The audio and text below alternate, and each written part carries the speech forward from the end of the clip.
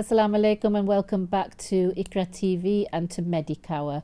I'm your host Rabina Mir, and today we're talking to Neve Crevin, who's a medical student who is studying to be a doctor. And one of the reasons I wanted to speak to Neve was very much around the journey that she's going through, what it actually takes to become a doctor. I think a lot of the time in the community we perhaps underestimate how much time, energy and commitment it takes to study a profession like a doctor. And at the same time, the kind of sacrifices some of our doctors take on that journey with family life and the things that would be fun for them in order to make sure they stay on top of their studies. Now, Neve is here in her own right. She's not representing anybody from the university or the GMC. So we're just talking about her own journey, a personal journey. And we started before the break talking about that actual passion that she has for wanting to study medicine. And also we just started to touch on what kind of subjects and studies she's doing in the very first year of medical school. So we're going to carry on with that conversation now. So welcome back, Neve. Hello, it's lovely to be here. Thank you again. Thank you for being here again. Tell me about, we sort of got up to what, second term, we were on placement at the GPs. Yeah. What's going on for the rest of year one? So you're still you also have a hospital placement as well. So the placements we have, they will be for 1 day a week.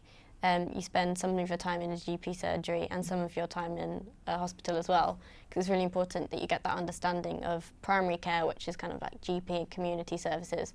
And primary care is the services that we see first. Yeah, the first line services, and then secondary care is the stuff that's a bit more specialist in hospital that your GP might send you to if you go that way.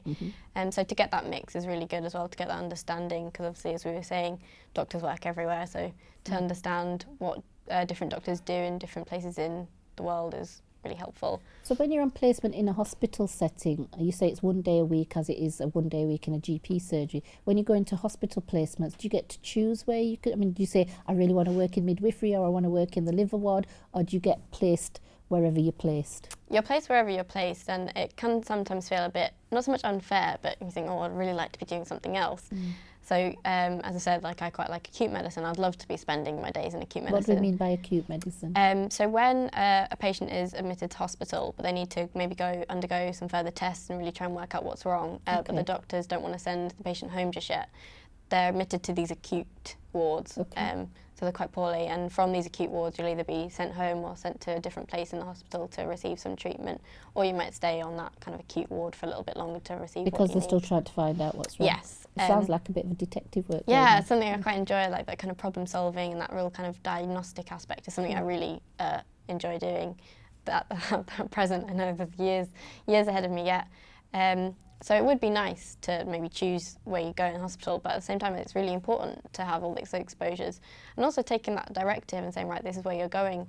Because when you graduate, I understand you can apply for certain jobs in certain specialities, depending on then what you'd like to choose as a job when you're all, more progressed. But I think it's great to get that exposure in all different places, because then it does help you decide what you do and don't like, to then make that decision that will affect your career as you progress. What's the biggest change from year one to year two? What's different about it? There's more expectations of you as a student. Obviously, you've had that year now, you've had that year even just to settle into university life, which can be quite a hard transition. So now you've settled in, there's more expectations of you to progress. So just develop your learning, put yourself out there a little bit more, especially when you're on these placements, to really try and demonstrate what you've learnt. And just your responsibilities increase within each year, because you've had that time to you've had that exposure. They expect you to progress, which I think is understandable, actually. Yeah, you've got to show that you've actually learnt from what they've been teaching you, and you can start to put it into practice, I imagine. Or is it too early still to be putting it into practice at year two? You put it into practice a little bit, and you're really heavily guided, and nothing is left down to you as a student. Sure. Everything you do is checked and supervised. Goodness, no, not for a long time. So everything is checked, and you don't really do it without supervision at all, which I'm very happy about. Just because even though you may feel like you've learnt a lot, when it comes to actually doing it, you're thinking, okay, maybe I'm not as confident as I thought. But it is great to be able to build up your confidence like that. And it is, obviously you need to pass your exams, but really getting out there and demonstrating that you can apply what you've learnt is really important, because that is what you'll be doing one day in your career. How are you assessed for these things? So at the end of the year, we're assessed on, we have one kind of, well, where I go to university, you have one end of year exam that assesses all the things you've learnt within the year and takes in from all the different modules, so like your little subjects that you learn. Whereas on placement, at the end of a rotation of placement, you'll get a feedback form. We're also assessed on things like how we talk to patients. So these things called communication skill times, where we get members from the patient care community, so people coming in that have had their own experience of being either a patient or a carer, and they can assess us as well. And we also do kind of clinical examinations, where I think within maybe an hour you go to different stations and someone will watch you take out or practice a clinical skill, maybe like taking some blood or doing an examination, that kind of thing. So it is examined very well, I think, and it's really holistic in terms of the examinations. But you need to pass the actual written exams to progress onto the next year, which is obviously very understandable. Yeah, and I mean, are you doing lots of lectures and lots of essays and assignments, you know, apart from practical things? They sound like they must be in there somewhere. Yes, they definitely are. So as you progress through medical school, the time that you spend in the classroom decreases and the time that you spend out on placements and things increases with what you've learned. Of course it does. So at the moment there is quite a focus on maybe doing assignments and essays, because they do, as trivial as some people may see them, they really do shape your practices and how you look and how you would practice. So there is a degree of kind of doing assignments and essays and presentations even, just to make sure that people are confident when they need to speak in front of crowds or just in front of people in general. So our teaching methods, I think, are really holistic, but I think that's what you need to make a really well-rounded doctor. You don't want, obviously you want the doctor that will have the knowledge and have the expertise, but you want someone that can also talk to you as well and interact with you on the right level, because otherwise you just feel like they're just talking at you, and you really want to be involved in the decisions about your healthcare. Sure. I mean, you talked about getting trained in communication skills, and I guess the first thought process about that is that everybody knows how to talk to people, don't they? But then this is more specific than that, isn't it? What's communication skills training about, and why is it important? It trains you about the kind of things that you wouldn't essentially consider. So you think, oh, just having a conversation with a patient, that should be easy, you know what to say to them. But it's making sure you get the right things from the patient. I've been in consultations where the loveliest people will come in, but they'll want to have a really long chat with the doctor. Whereas, unfortunately, we are kind of kept to time. There are time pressures for all doctors. So you need to be able to ask the right questions and get the right information from the patient, while still making sure they feel comfortable enough to speak to you as well, and not feel rushed, because I feel that can be quite harsh to feel as a patient, like someone doesn't have the time for you, and they need to see you, but you're something that's just going to get ticked off a sheet. So it's balancing getting the right information from someone, but also making sure they feel respected, and it's understanding how patients feel as well. So for example, one of the communication skills kind of sessions we've had is where we've had a patient come in and we've just got to do a consultation with them from the off, with knowing nothing about them. And it's those kind of basic skills I think are really important to learn. So when you come out, I mean, some people kind of think, oh, what are we doing? This is easy, you know, but then they get in there and they realise it's harder than you think, and you've got to make sure, because speaking to someone is such a basic thing, but it's such an important part of medicine. Yeah, and I think when I think about it from my own perspective as a patient, lots of the questions are what I'd consider very nosy. And actually, if you don't understand why they're relevant, why is it important you know who I live at home with? Why is it important for you to know if I've got a family at home? Without any context, they don't make sense, and it's like they're very nosy questions, but actually there is a purpose behind those kind of questions, isn't there? And it's making sure we explain that to patients as well, because it can be quite intrusive into your life, thinking, why are you asking me this? You wouldn't answer that to a stranger on the street, would you? Exactly, and it's making sure patients also understand that things that they say are confidential, and we're not going to go into maybe the staff room and start telling everyone about it, and just making sure people feel comfortable, because it can be a bit kind of hit you back a bit, thinking, why are they asking me this? But it's also great for us to practice asking those questions, because obviously we don't really want to come across as nosy either, and there are questions that are harder to ask than others. It's like the questions about smoking, drinking, diet. You sort of think, okay, why is that relevant when I've come in because I've got a headache or something? Yeah, people might feel like they're under scrutiny, and we don't want people to feel like that. So practicing just asking questions is a really great skill to be able to practice. Another reason why patients need to let the students have a go. If they wouldn't mind, it would be really beneficial. Yeah, though I can totally see why that's so important to sort of the learning and training that you need. Yeah. Okay, so what else is going on? Have we moved on from year 1 to year 2 and coming on to year 3, or is there something we've missed in year 1 and 2 that's No, year 1 and 2 are fairly similar. I think you spend more time on placement in terms of the contact hours during that, but the fact that you are still doing a lot of lectures and stuff is the same. Whereas as I've said, as you progress, you get less lecture time, more time out there in the environment, which is understandable. You've been learning the skills and you now need to go and practice them. So in year 3, you spend, I think it's 3 or 4 days a week on placement with maybe 1 or 2 days in lectures, but that's looking at specialisms. So maybe a surgical specialism or an ear, nose and throat specialism, and you learn the kind of diseases that would affect that area to then go out on placement and practice.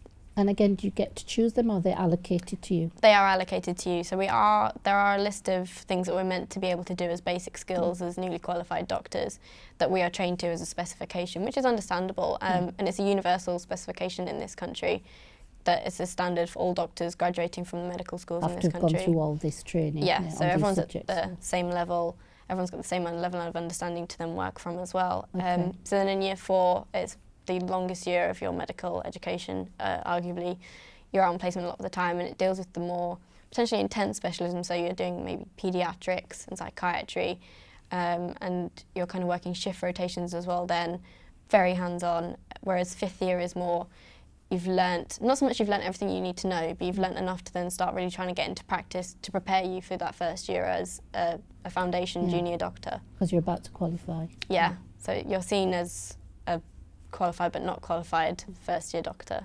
So studying to be a doctor seems like a 9 till 5 full-time job. It sometimes feels like that, most definitely. Yeah, and you do longer hours than that? Most of, well, as you say, 9 till 5 as lectures go. We're in 9 o'clock most mornings, which I quite enjoy. I like having that structure to your day. Yeah. So there are long days, a lot of contact hours, because there is so much to learn, and I appreciate that. I live with people that aren't medical students, and they seem to have so much free time, and I think, what's going on in your degree? But then when I look at how much we have to learn, and my housemates say, oh, I couldn't be doing that, it's just, there's too much things going on there. So there is a lot to learn, and that is why we are in so much of the day learning and practicing. And I think I'd rather have a doctor that actually spent all those hours training than maybe someone that was kind of doing it part-time. It sounds like the work ethic is built in very, very early. But part of me also thinks about that, how does that impact on your family life? You actually are one of the many students that moved away from home to come to university. And as a young person, how hard was that? I feel like it can be quite daunting. I feel like I'm quite robust. I've had the right amount of love from my parents, and they've supported me throughout my academic career, really encouraging me. That's lovely. So wherever I was going to go, they were going to support it. So I do live quite far away from home, and I don't get to go home that often as well, particularly considering our workload. And it is something that is harder to manage, and it is something that I think when you choose a healthcare profession, you know that the hours that you'll one day work aren't going to be the most sociable, and you will have to maybe make sacrifices. I know I don't have that much free time, but I'm very lucky, and the people that I'm surrounded by understand that, and they're very encouraging about it as well, and they're saying, oh no, it's all right. And most of the time it's, what can we do to help you, or can we, do you want to practice something on us, or ask us some questions? That's actually the question that I was coming up with next, was how can your family and friends help you going through this intense study period of you know, it really does take the most of your time. It really does, yes. I can definitely agree with that as a statement. I feel everyone's got their own ways of dealing with things and the way in which they'd like their family and friends to support them. I'm very much someone who people can support me as much as they'd like or as little as they'd like.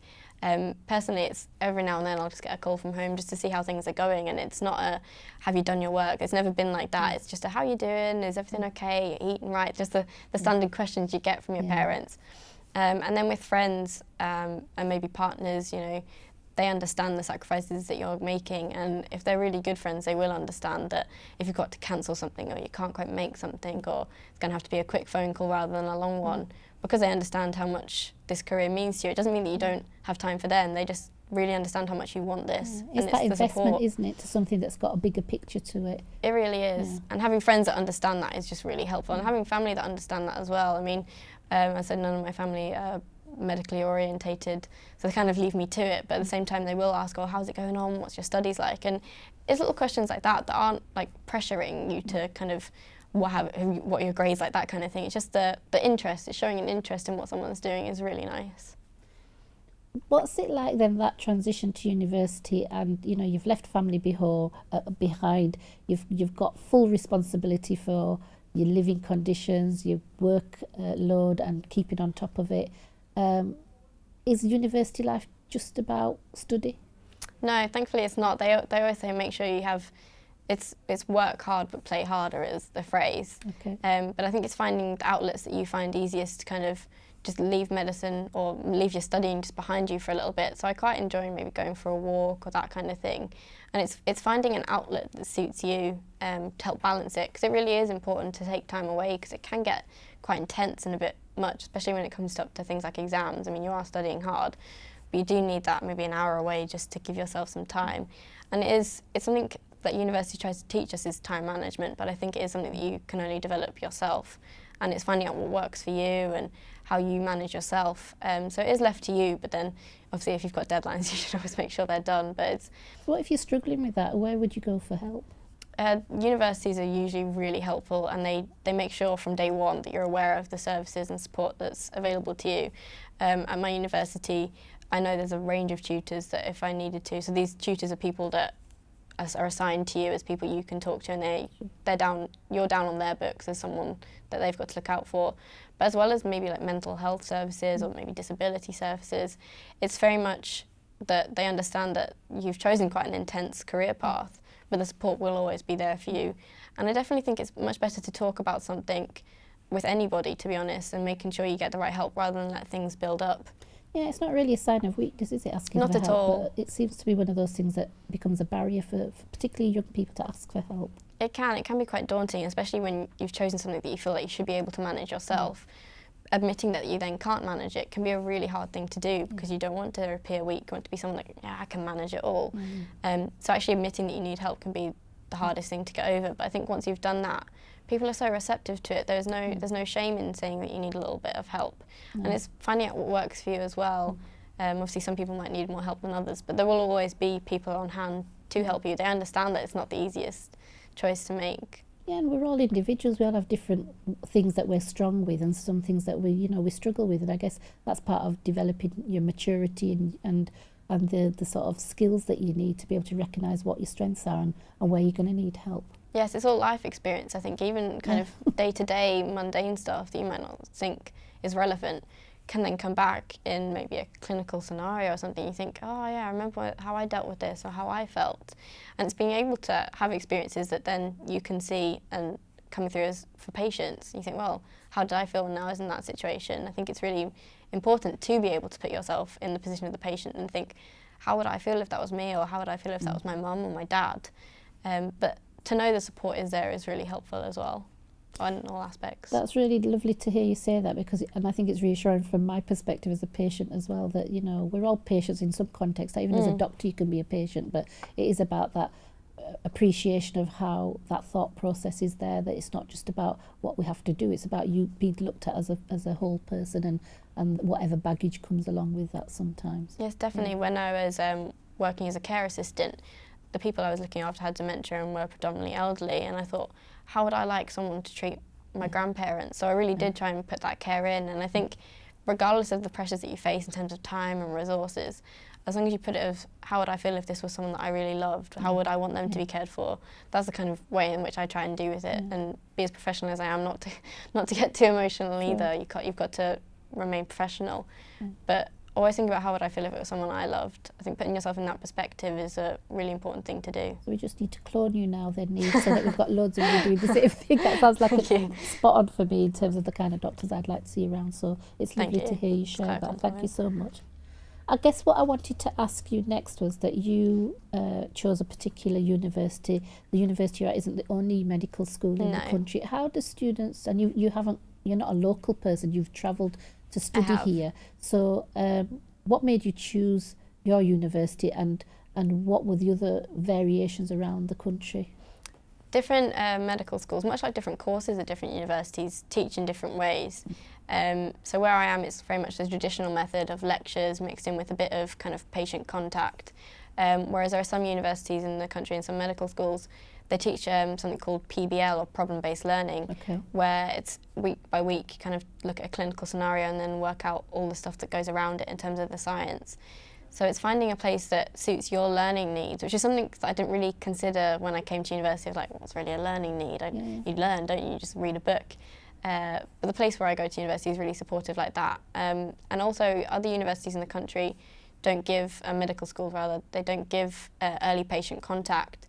There are some potentially more prestigious universities where you don't interact with patients until maybe the third year of teaching.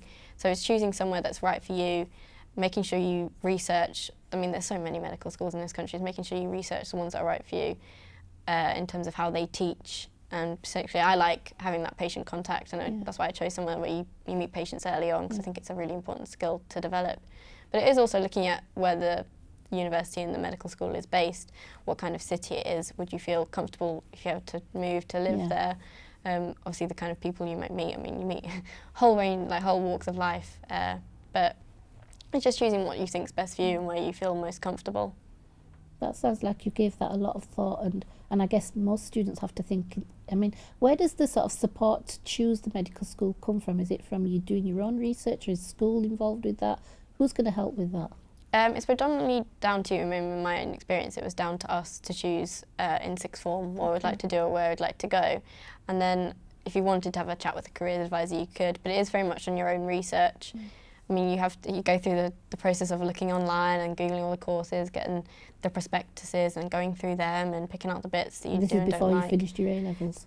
Whilst it's going on, obviously the application process, mine was different to the conventional way of going to medical school, but I still did kind of consider where I'd like to go and how I would like to be taught, because I feel that if you're not comfortable in how you're learning, then you're not going to learn as well as you would have.